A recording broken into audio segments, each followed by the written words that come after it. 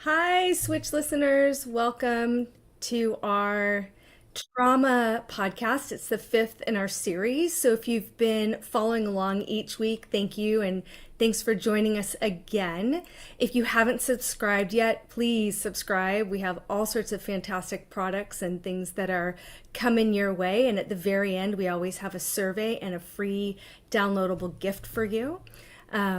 So welcome. This is part 5, and you can always watch everything on our Switch YouTube live channel and check out parts 1 through 4. So today we're talking about trauma and the body, mind, and spirit connection. And so I'm just going to take a minute and welcome everybody that's in the chat. Let me know where you're from. I'd love seeing where everyone is from. I'm in the Silicon Valley Bay Area, so if you get an Apple product and it says weather is in Cupertino, California, that's where I am located.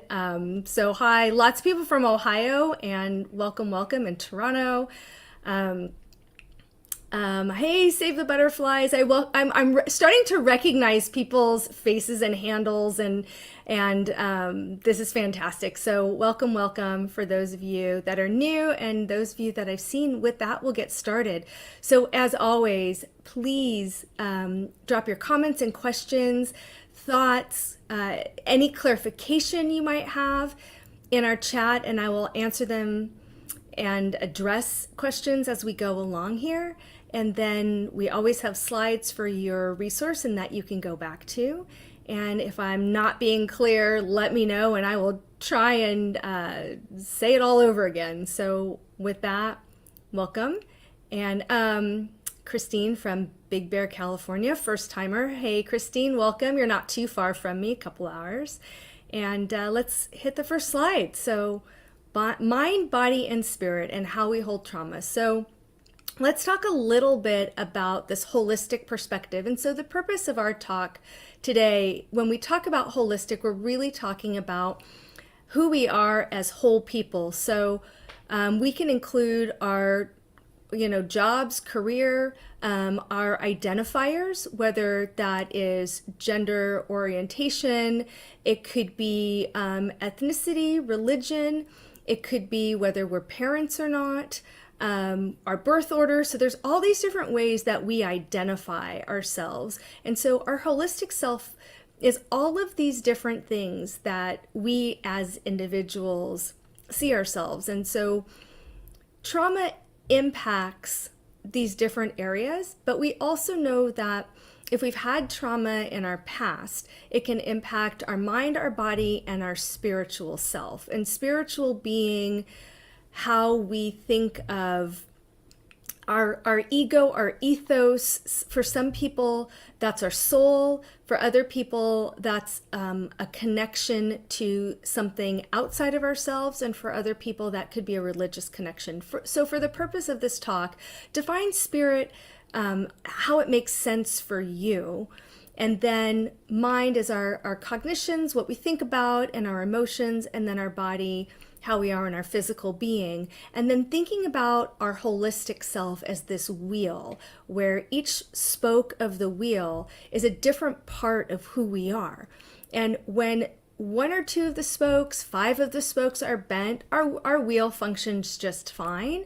But when some of them are broken, we have a harder time adapting. And so today what we're going to look at is what are some things that make up this mind, body, spirit connection, and then what can we do to strengthen that and heal on our journey of, you all know, if you've been with me before, the and so what, not and so what, who cares about it, and so what does that mean for you? What comes next? What does that look like? And we can jump into that next slide. So please start asking questions if you got them. And for our first timers out there, Debbie, I think you're a first timer too, from Seattle, Washington. Welcome, welcome. And let me know what you want to know. So let's talk about the slices of trauma. And so trauma we've defined through these talks as moving away from big T trauma, meaning something that is catastrophic, horrific, that is happened to us. Could be domestic abuse, it could be emotional abuse, rape, car accident, war, and little T traumas, things that are repetitive that cause traumatic injury. For example, having narcissistic parents, toxic relationship, something that we witness, it's not necessarily happening to us. And moved to this concept that trauma is in the eyes of the beholder. So if it's traumatic for me, then it counts as trauma. It doesn't mean that you may have the same trauma, and vice versa. If it's traumatic for you, then it counts as something traumatic that you've experienced, and then how that affects you and how your mind and your emotion holds that, how your body holds that, and how your spirit holds that, or how it impacts your spirit. And we can jump into the next slide. And so if I'm not making sense, like I said, just, stop me, say, hey, Joe, re-explain that, or I need more information. And if you've got questions, please ask them. And we can jump into that next slide. So ways trauma impacts our spirituality. And so for some people, it looks like feeling disconnected. For other people, it feels like a loss of purpose or identity. Some people have a loss of faith. Other people have a loss of their self-assurance or their what we call efficacy, their ego strength. And so they're not 100% sure how it affects them. But they feel this isolation on a much larger scale. So instead of me isolating from my day-to-day life, it's harder for me to get up, go to work. It's harder for me to connect and make friends. The isolation comes from not feeling connected to the world around me. And And so there was this concept, Carl Jung, back with Jung and Freud, whole great story behind that for another day. But Jung had this concept of collective unconscious. And basically what he said is that we're all tapped into each other in different ways, whether that's through religion or it's through an archetype. So some people might have a hero archetype, some people might have a nurse or a caretaker, a warrior. So there were these different kinds of ways that people identified, and that those people that had the same kinds of identification had this sort of subconscious or unconscious way that they connected. And so we can look at isolation in a sense of how we see ourselves in the world and feeling disconnected. So when we have trauma, a lot of times we question what our purpose is and what our reality is. And then we also question our own morals and ethics. We also question the morality of the world and other people's morals and ethics, especially when we are harmed. Then we start to question the morals of someone else. And then we can move on to the next slide. And I hope that makes sense. And again, for you listening, think about this in what makes sense for you. And so what happens is we have this sense of betrayal. And so when this happens, we have emotional betrayal. Psychological betrayal we look at a little bit differently. And so emotional betrayal is that shame, guilt, and blame we had talked about before. Shame being I am ashamed of who I am or how I show up as a person or as a human being. Guilt being I'm ashamed of my person. Guilt is more about I feel guilty about my behavior or my actions. And then blame is twofold. One is blaming others for what people might say my lot in life, or self-blame if I've done something or something has happened to me. A lot of times we'll see this with people who have suffered domestic abuse, sexual assault, car accidents, where they feel like they have some ownership, and that may or may not be real or factual. It's how people feel. And so there's this finger pointing that happens both inward and external, if that makes sense. And then the psychological is more about that spiritual sense as far as who am I as a person? Do I trust myself? Do I blame myself? What's that negative self-talk that's constantly churning in my head because of the trauma? Do I think I'm unworthy? Do I think I'm unlovable? So it's these core beliefs that I hold as a person with psychological trauma and psychological betrayal. And then this all leads to moral injury. And I know we'll get there in a second. So again, feel free to drop some stuff in the chat. And what do you want to know about the topic thus far? And I will do my best to answer them. So thank you, Kelly, for being the first one. Super brave. And I appreciate you for doing that. So Kelly asks, so how do we fix these things or accept them? I am so glad you asked, Kelly. We always will get to how do we fix it. I will give you some skills, and also we'll talk about acceptance. And acceptance is really about, for me personally, I'll just talk about me, radical acceptance, which is a DBT or dialectical behavioral therapy concept. It's centered in Eastern philosophy, and it's really about it is what it is because it is. And so I accept it in its totality. That doesn't mean that I forgive and forget. Those are more Judeo-Christian constructs that are really important for people. And so some people work on forgiveness and forgetting, and other people look at this idea of radical acceptance. So for me personally, radical acceptance was life-changing when I finally got it. And what I mean by that is I did a lot of therapy for my own trauma and PTSD, and it took a long time to be willing to work with this idea of radical acceptance. And so this is that idea that I didn't cause it, can't control it, can't change it. And so what? So what does that mean for me now? And how is that going to shape who I am? And so part of the acceptance piece comes from how you identify your spiritual component. And we'll do more with that as we go through the talk, and I promise I will give you lots of skills on how to start working with that. And I'm glad it's informative. Thank you so much for the comment. Alyssa asks, how do we recognize or how, blah, blah, blah, blah, blah. I can read, I promise. How do we recognize emotional or psychological betrayal?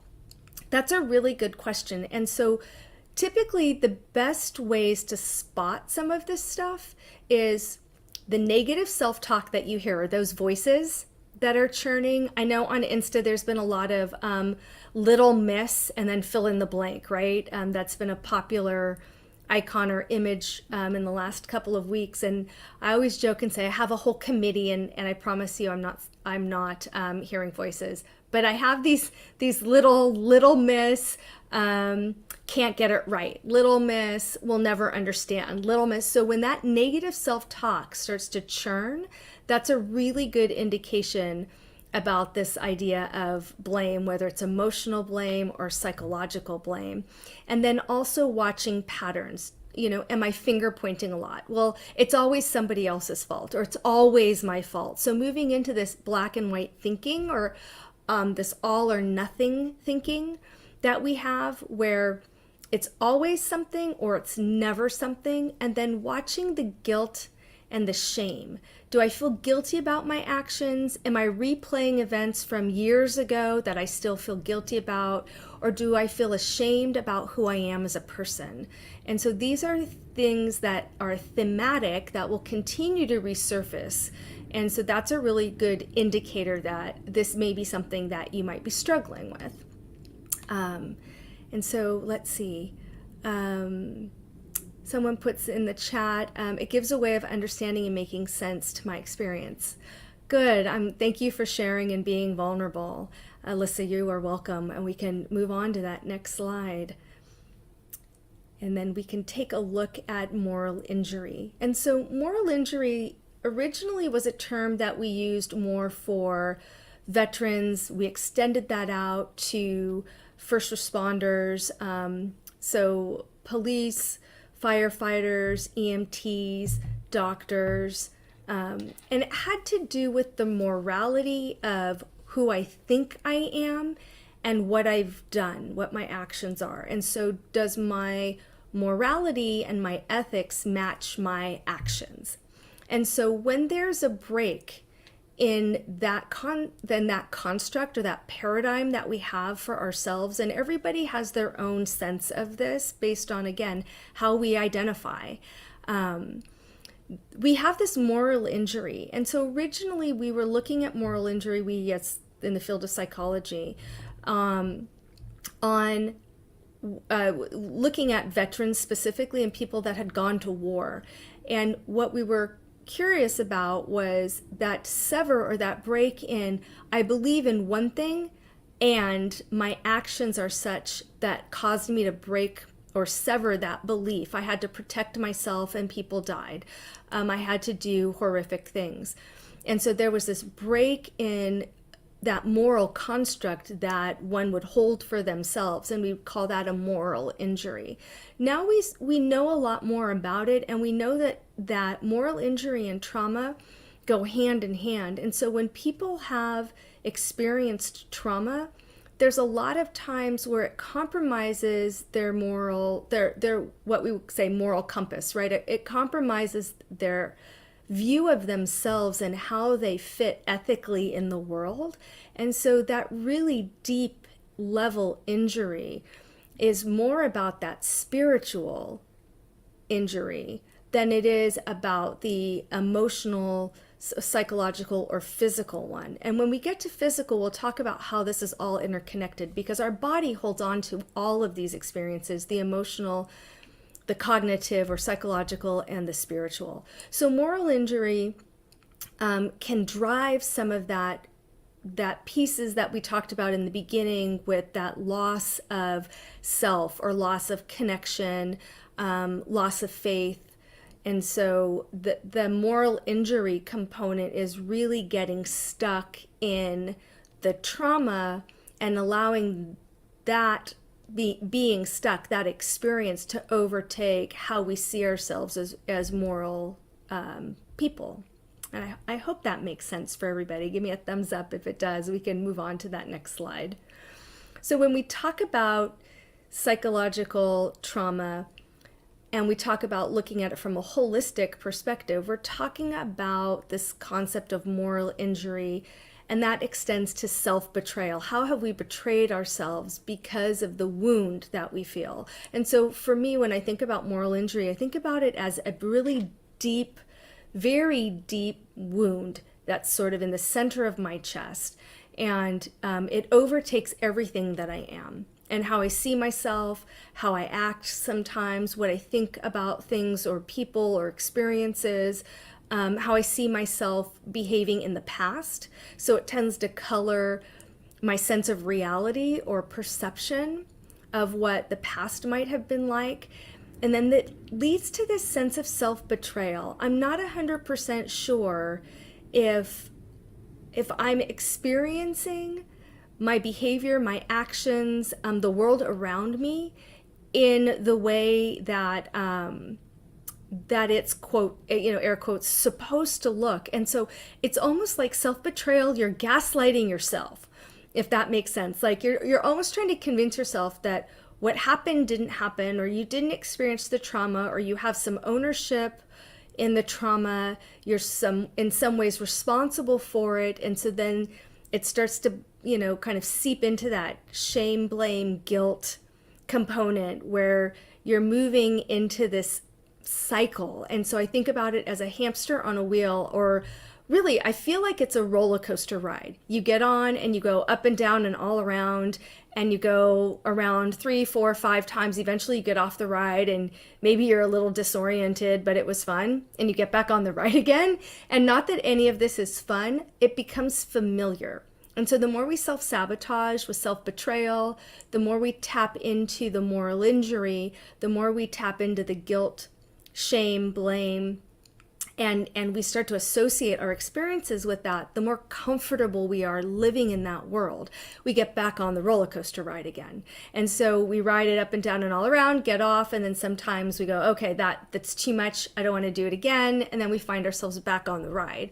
And so part of identifying these things, Alyssa, you asked, like, how do you know? Part of identifying these things is to start saying, do I really want to get on the ride again? Do I really want to do this again? Or do I want to do something different, right? Am I ready to start changing the way that I see myself and see the world around me? And Debbie says, this all makes sense. I look forward to watching the first sessions. Cool.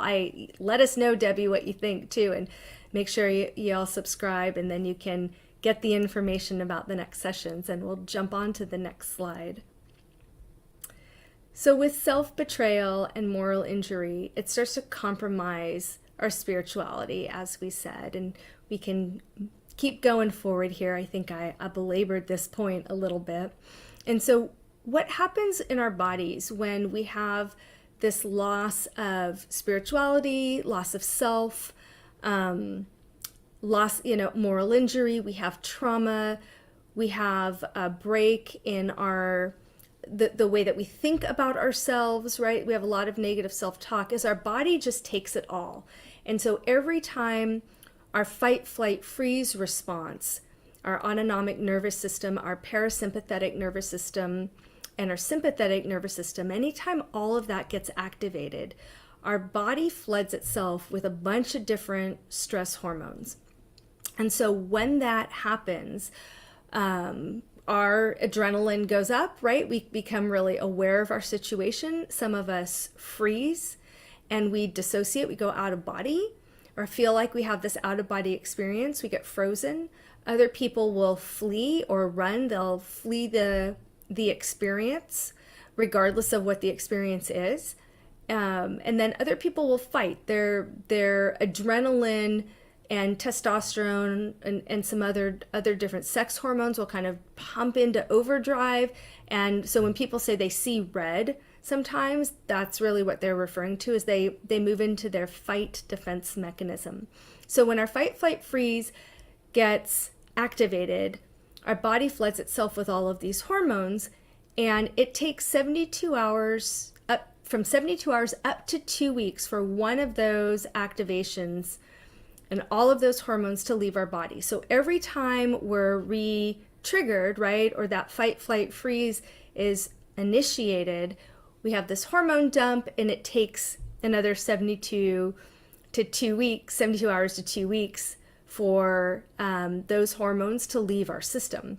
And so basically, if you think about it, you're spiking up and down and up and down, and you're all, and that's why I say roller coaster, right? You're kind of up and down and all around.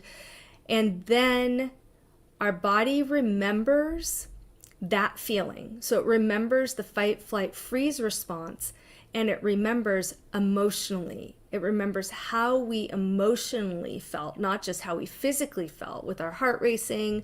Maybe we're sweating. Some people will pass out. Some people get nauseous, right? Have GI issues. We remember how we physically felt. We remember the feeling of all of those stress hormones. And then we remember our emotional experience and what we thought. And so all of that impacts how we think of ourselves. And then we can jump on to that next slide, please. And so when those things happen in totality, right, or all three of them happen, that's this whole idea of holistic, how trauma impacts us, mind, body, and spirit. And so our bodies hold on to that memory of how we felt. And then when we're re-triggered, or that fight, flight, freeze mechanism is activated again, if there's a specific trigger, so let's say that you always go back to the car accident. It's typically the easiest one to identify. If you were in a car accident and you were hit by a white car, every time you see a white car, you might have a flinch response, or your fight, flight, freeze response may be activated. And so every time that happens, what you're remembering is how you felt, how you emotionally felt about the experience the last time. So we're remembering the memory. So every time we're re-triggered, we remember the memory. Every time we think about it, we're remembering the memory. And so what happens is the ways that we hold this trauma gets bigger and bigger and bigger. And so we're remembering our physical sensations, we're remembering our emotional sensations, and then we're remembering what we thought about them. And that impacts how we see ourselves in the world. And so that leads to this idea of moral injury. So the next slide is ways to boost your mind, body, and spirit. And so here we go, Kelly. We're starting into the skills stuff. So how do you start working with this? I think for me, my favorite connection points with this is movement. And so some people are like, oh, I hate exercise. And exercise is only one way. There's all different ways that we can start to identify and work with trauma holistically and how we experience that. So there's yoga, Pilates, walking, if people like to be in the gym, if they like to take more high intensity workout classes, anything like that. Dance, art. So fine motor skills count as movement. So art, cooking, baking, sculpting, knitting, crocheting, anything where you're getting your body to start to move helps begin to process through some of the trauma without talking about it. When we talk about it in traditional talk therapy, when we talk about trauma, we start to process it in a different way. And so what we know now, and there's so much great research out there, is that when we start chipping away at our traumatic experiences from a holistic perspective, this mind, body, spirit, we start moving through them, not so much faster, but in a way where our body, our mind, and our spiritual self heal. We start to understand why we do what we do. We start to understand those negative thought processes. So journaling, other people find being creative, singing, acting, improv, theater, photography, videography, any of those things, right? Having this creative outlet helps recreate sort of this sense of connection of self or purpose. For some people, that's volunteer work. People may go work in an animal rescue center, and that gives them a sense of purpose. And so that starts to help override that moral injury or that loss of sense of self. So there's all different things that people do to feel connected. And Alyssa says, journaling and exercise helps me feel more connected to myself.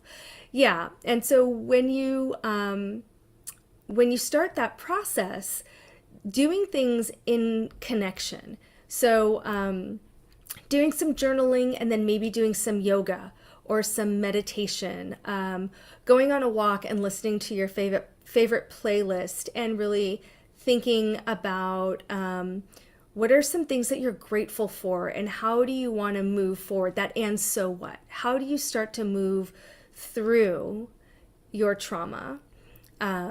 Is a way to start connecting some of these. For some people, it's really doing some progressive meditation, and there's some really great tools out there. There's apps, there's stuff on YouTube. There's all different kinds of progressive relaxation and progressive meditation programs that you can do from 30 seconds to 25 minutes. They'll do that before bedtime and start to learn how to be in their body more and start to relax more. For some people, it's taking a warm bath or aromatherapy. And so combining these things where you're getting payoff, right, in all of these different areas. You're moving or relaxing your body, so you're starting to let go and process that way. You're doing some journaling or something that's more cognitive, talk therapy, actually all different kinds of therapy work.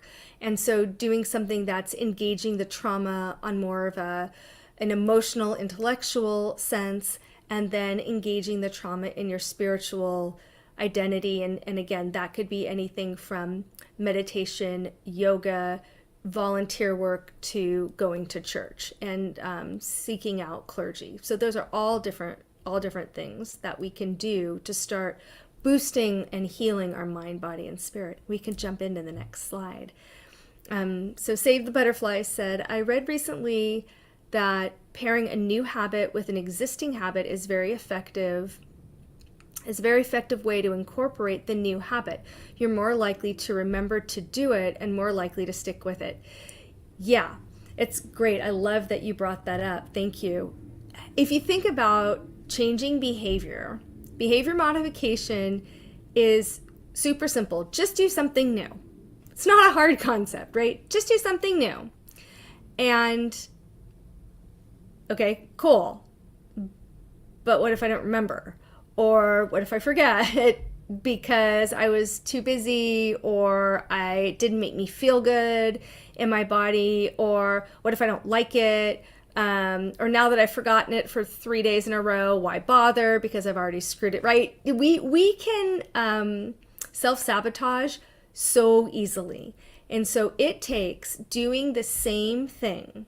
So if you want to make a behavior change, right? Like you'll see me play with my hair all the time. So if I just wanted to stop that and I said, okay, I'm going to keep my hands crossed and under my chin, and I'm just going to do this and make that one change, it'll take me 6 or more weeks to do this one change, as long as I am consistent. Every single time I have the urge to move my hair, I put my hands under my chin.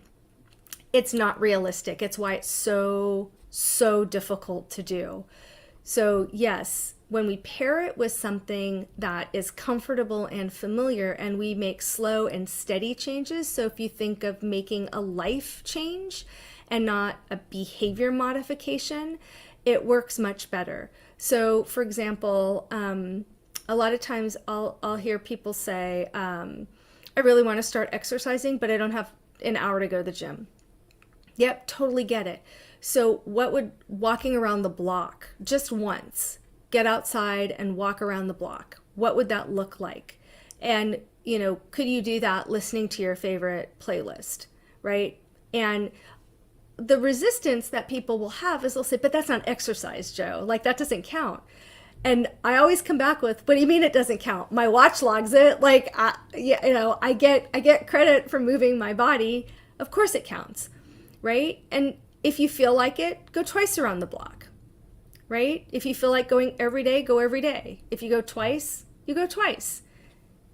If you remember to do it once in a week, right? Where did you get stuck? And so that's when pairing it with journaling to start trying to decouple, where am I getting stuck, right? And so making it something that's fun and that's relaxing and enjoyable without the expectation helps learn the new skill. So, okay, can we walk around the block once, right? And then slowly add, well, can you go, 3 times? Well, can you go walk to a destination? Maybe go walk and get your favorite summertime drink, whether that's a tea, a water, whatever it is, right? Can you walk to a destination, treat yourself to a tea and walk back, right? And over time, we start developing this new habit or this new life skill. So thank you for Save a Butterfly for bringing that up, because yes, pairing that and making it enjoyable or pairing it with something that you're already doing helps tremendously. We can jump on to the next slide. And I think the next question after that, sorry, I'm a little behind, bear with me as I catch up, was difference between moving through trauma versus self-soothing, where there may not be processing. Yeah, so self-soothing is really all about how I make myself feel better in that moment. And so it's all about coping skills. And so there's all different ways to self-soothe. And so a couple of my favorites are when I'm in my body. So in other words, I'm talking really fast, I'm losing my words, maybe my heart's racing, palms are sweaty, I feel like I'm anxious or panicky, my stomach hurts. Really getting in my head and being emotional and intellectual stops some of that body spinning from happening. So anytime we start asking ourselves, why is this happening? Why am I experiencing this? We actually force that process even faster. So we can become more anxious, we start to spin more.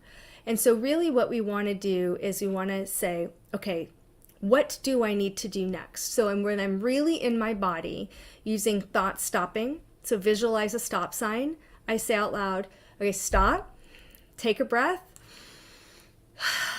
big belly breath, that helps calm that nervous system down a little bit and push the reset button. Stop, take a breath, okay, what do I need to do next? So for me, that's what helps get me out of being in my body and back into my mind, so it alleviates some of the symptoms, and I start moving into that self-soothing, coping, redirection without really processing the trauma.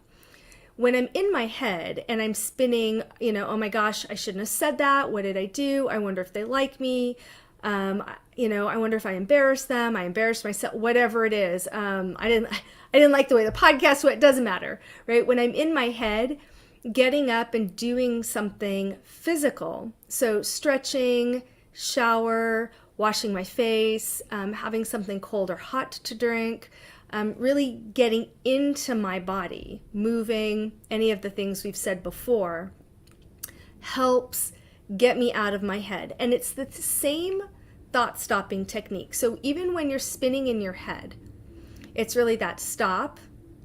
Tell yourself to stop, write it on a Post-it note, visualize a stop sign, stop. Big belly breath helps push that reset button. And then what do I need to do next? If I say why, oh my gosh, why are you thinking about that? That was, 5 years ago. That's, now I move into judgment, right? That self-blame. Oh, that's so dumb. Or, nobody cares. Whatever that negative self-talk is, right? That's going to keep that process and anxiety spinning more. And so really stop. What do I need to do next? Right? And sometimes I have to do that multiple times because the first 2 or 3 times doesn't take. Stop, Take a breath. What do I need to do? I don't know. Like sometimes it's just a feeling of panic and overwhelm. Like I don't know what I'm supposed to do next.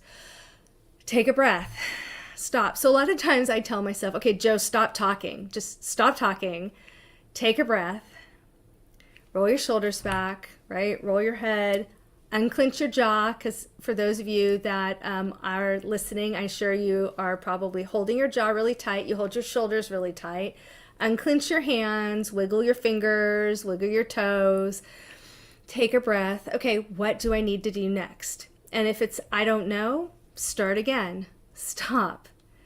Take a breath, right? And you hear me kind of being a little sarcastic and I smile, and that's just the way that I talk to myself. Not always the best, but sometimes it works, right? Okay, what do I need to do next? I need to get up and I need to go wash my face. Okay, cool. Go do that.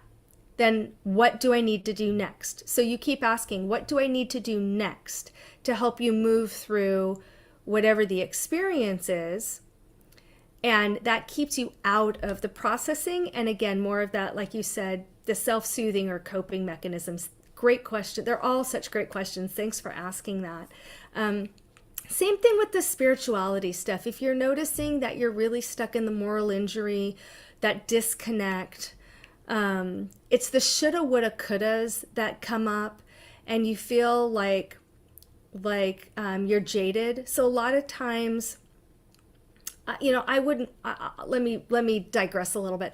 I wouldn't wish my experiences on anyone. And I'm sure anyone who's listening who's had trauma would say the same thing. They wouldn't wish their experience on anybody. And so sometimes it's really hard to remember that not everybody has had trauma or had my experience. And so what happens is I find that maybe I'm more irritable driving, or I'm more irritable waiting in line. Maybe I'm just not in a great mood and I have a harder time, engaging with the people that I love. I'm maybe a little snippy, whatever that looks like. Sometimes bringing that back and not why am I there? Why am I doing that? Because why throws us into process, right? But more about, what do I need to do right now? Do I just need to unplug, turn off my phone, take a nap? Sometimes for me, it's just identifying it, saying, hey, you know what? I'm going to pick on Kelly. You know what, Kelly? I'm really sorry. I'm just snippy today. I'm just having an off day. I apologize. And sometimes just that mindset helps me bring myself back to the spiritual piece, or back to the morality of wanting to treat people the way that I'm treated, and treating people nicely and with care and kindness, especially in the world today. It's so fundamentally important to me as a human. And so I forget. I'm not perfect. I teach this stuff for a living, but in no way am I perfect. And so being able to come back to that and just owning it, right? And allowing myself to make a mistake. And then at the end of the day, giving myself some grace of saying, you know what? That wasn't really nice, Joe. You're in a bad mood. You weren't really kind. You made these mistakes. I did whatever. Tomorrow's a new day, and I get an opportunity to try it again. And so I have these little sayings and mantras that I have on sticky notes all over my office, on my bathroom mirror. Tomorrow's a new day, and I get to try it again. And so if I wasn't nice, or I feel like I wasn't nice to somebody, I have an opportunity to go back and go, you know what, Kelly? I'm sorry. I don't think I was all that kind to you. And then Kelly can give me her truth. Yeah, you were kind of snotty, or no, that's totally okay, or yeah, I didn't even register it. And you'll be surprised how much we think our behavior is horrific. And I use that word with all of the gravitas and largeness that it has, right? Sometimes we think our behavior is ridiculous, horrific. It's larger than life. And the person on the other side of the relationship or the conversation that you're having is not tracking that at all. So, how can we practice healing? So, these are great journal prompts. Even if you use them as walking meditation, you can start to think about, how can I fill in the blank? How can I practice holistic healing? How can I be more spiritually minded, physically comfortable, emotionally safe? So these are great things you can write down. You can think about when you're doing your hard workout or your yoga. You can, take a walk, put on your favorite podcast. There's some wonderful books out there about how body and trauma and mind, body, and spirit and trauma work. Peter Levine, Waking the Tiger, actually, that was his first book, but he has several. Talks a lot about somatic experiencing and that method of psychotherapy and how we hold body trauma, mind trauma, emotional trauma, and spiritual trauma, and then ways to work with that. Dr. Vanderkolk, who wrote Body Keeps the Score, is still the gold standard in doing trauma work from a holistic perspective. And then there's so much more out there. The Dalai Lama, before he passed, wrote some beautiful excerpts about mindfulness, meditation, and emotions, how we are human and we experience emotion, and it doesn't have to overtake us. We can experience it and we can feel and connect through our emotional self and our spiritual self. And at the same time, we can begin to work with feeling balanced, level, well taken care of by ourselves and the world around us, and developing connection, even though emotions are hard and trauma is a very difficult experience. And I'm not sure if we have another slide. Forgive me, I have forgotten our slide deck. So let's see if there's one more. Yay, there's one more. I have the best moderator ever. So signs that you're healing. So you asked earlier, I think it was Alyssa, asked earlier about how do we know what we're experiencing or recognize betrayal. Here are signs that you know that you're healing. When you notice that your thought patterns are changing, you're feeling more connected. Even if you have an off day or a difficult week, being able to reset a little bit easier. So all of these different things, being able to learn a new habit or learn a new skill, right? We talked about coping and self-soothing. Distress tolerance is another term that goes into this category. Being able to tolerate more things that traditionally make us stressed out. So all of these things, and finding that connection to ourselves and something bigger than ourselves, whether that's a relationship, that's a religion, that's a spiritual practice, or that's something philanthropic, right? Being able to create connection and meeting. And when we do that successfully, every once in a while, those are signs that we're healing. And so we keep coming back to those things, and we call those these resourcing index, or this moment of data where we're like, that's what that emotion felt like, or that's what that physical sensation felt like. That's what that connection felt like, and it felt great. I want that again. And so how do I get that again? Right? And so all of these things that we notice, where we just stop and we take a breath and we're able to use those skills and reset, all of those are signs that we're on the road to healing. And it is not linear. It's also not static. It changes, and it does feel like 10 steps forward, 20 steps back, 1 step forward, 10 steps back, 15 forward, no back. Like, you go back and forth like a pendulum. And that's part of the, what we would say the journey or the process, right, that we're on. The way that I look at it is that's the and so what part for me. That process of going forward and back and forward and back and titrating between it all and still wanting to move forward and finding some gratitude in the process of being able to move forward, for me, that's the and so what. And so, how do I continue to move forward? How do I continue to grow mind, body, and spirit, even though I don't always feel the best, or even though I'm re-triggered, even though I've experienced trauma?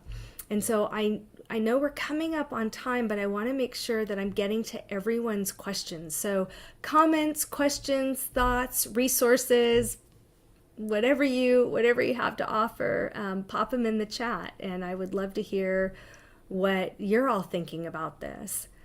So Debbie said, I had a traumatic experience as an adolescent that I cannot remember the end of. I have read Body Keeps the Score, been through cognitive therapy. Thank you, Debbie, so much for sharing and being vulnerable. Believe it or not, Debbie, this is fairly common. And so, and should that, this may be too specific a question. No, it's great, Debbie. Let me see if I can answer it.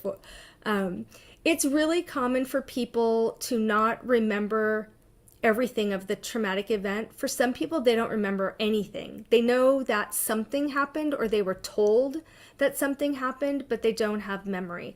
And, or they don't remember bits and pieces, and then other things feel like they're misremembered, or there's details that they thought were there, that or they're not 100% sure, and it feels more like a dreamlike state. And all of this is normal with trauma. So that's whatever your personal normal is.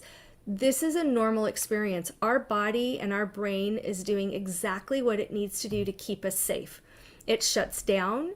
So it freezes and causes us to lose memory. It flees sometimes. So it moves us away from whatever danger that we're anticipating. And so when we've had something that's happened in our past that was very traumatic, when we're re-triggered, for example, if you were mugged or raped, and then it gets dark at night and you start to walk down the street, you may be re-triggered. And so it feels very scary. And so you might start to run, even though there may not be any danger per se that is around you. It's the feeling or the re-triggering, re-traumatizing of something. And so our body does exactly what it's supposed to do. Or we fight. We turn around and we fight whatever that experience is. And again, that concept of seeing red, when we get so angry and we engage and we start fighting, a lot of people will say they don't have memory of what happened. And even watching themselves in a video, if somebody caught something on video, they won't have memory of it. So this is a way of our brain protecting itself. And there's a couple of different schools of thought. And so I'll just talk about, as a trauma expert, from my perspective, again, lots of different ideas.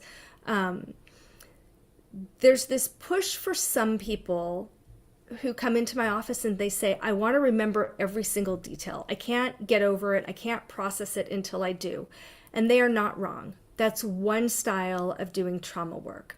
And I would say find somebody who is a trauma expert to help take you through, I want to know all the details component. And so when you say I've done cognitive therapy, my guess is that's probably what we would say prolonged exposure therapy. So we're bringing in the traumatic experience in the therapy and trying to unpack that. Then there's this other concept of what we would say more somatic experiencing or nonverbal therapy. EMDR is another one, eye movement desensitization, rapid desensitization. I knew I forgot an initial there somewhere, where we don't really talk about the trauma, but we feel it. And we go through an experience about reprocessing trauma and re-understanding trauma, but we're not necessarily using words or talk therapy.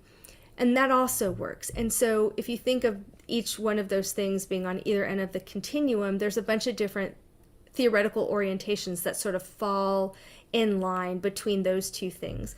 So for me, personally, I do tend to like both techniques, where some work on remembering detail and processing detail, if the person wants to do that, is important, and some body processing work is important.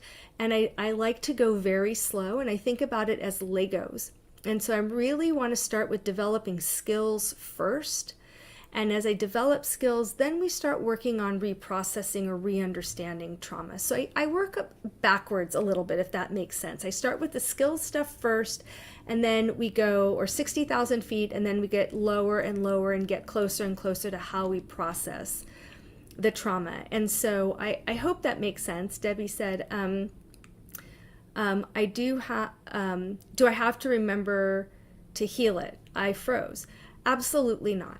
And so I would say that there's some other kinds of techniques like somatic experiencing, EMDR, nonverbal therapy techniques with a trained therapist in these techniques can help us begin to process it without having to A, remember, and B, talk about it. And so a lot of times that's this idea when you read Body Keeps the Score, how our body holds on to that memory. Waking the Tiger is similar. Our body holds on to this memory, but we don't necessarily have a visual picture of that or even some cognitive understanding. The earlier the trauma, so the earlier we are in age that the trauma occurred, the less likely we are to have cognitive thoughts, memories, or even words to associate with the trauma. And it's not until we're older or it's later in life that we're looking back at it in retrospect that we start to put meaning and adult language to it. So the younger you are, Debbie, with that trauma, the harder it is sometimes to recall memory because there aren't necessarily words to describe it. As an adult now, if you were to see something on the screen in a movie, you'd be able to have the language to explain it. So there's a lot of reasons why we don't remember it. And again, it's really common.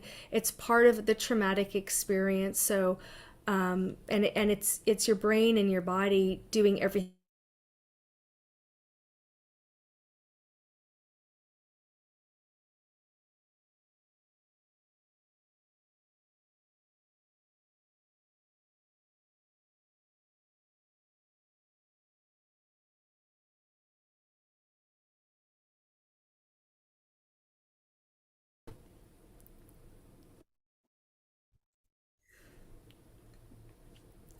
Yep, I'm here. Sorry, everybody. That was, I guess, my camera's way of illustrating the point with the fight, flight, freeze. So, yay, technology, my favorite. Sorry, forgive the silly pun. I hope y'all heard. I hope y'all heard what I said. If not, drop something in the chat, and I will do my best to repeat myself here. And if you've got any other thoughts or comments that you'd like to add before it's time for us to sign off, we would love to hear it. And while I'm trying to catch up with the chat here and read everything, remember to please subscribe. You can always go back and re-watch this episode. Take a screenshot of the slides. They're there for you to use. All of my information is listed under the links below for our YouTube Live, and feel free to reach out to me if you have questions. I always answer emails, and please check out all of the other Switch products. We've got some great stuff coming your way. We've got a lot of new things coming. I'm super excited. And we've got some more stuff on trauma, so stay tuned.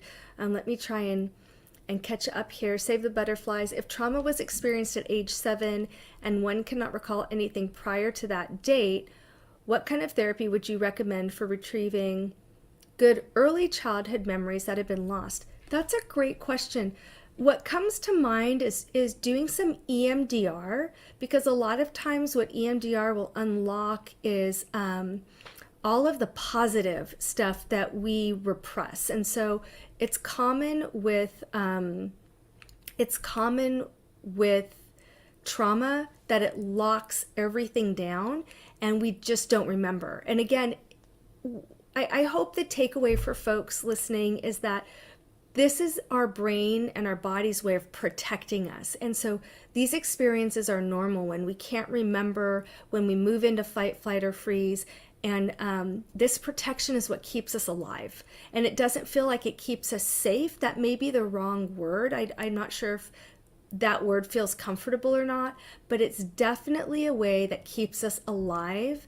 And so anything that's nonverbal, somatic experiencing might help. There's some other kinds of therapies. There's things that are body based, like craniosacral, Reiki. There's all different kinds of body work, and they work for some people and they don't work for others. So if you don't like one thing, there's something else to try. There's a lot of different information. And please interview your practitioner, interview your therapist, your social worker, your psychologist. Ask them questions. If you don't like their answers, you are not hurting their feelings. Find somebody else. If you need suggestions, let us know. We will point you to some great people out there. But don't be shy about interviewing your potential therapist and find out if they're trauma informed. And if they are not, they may not be the right fit for you.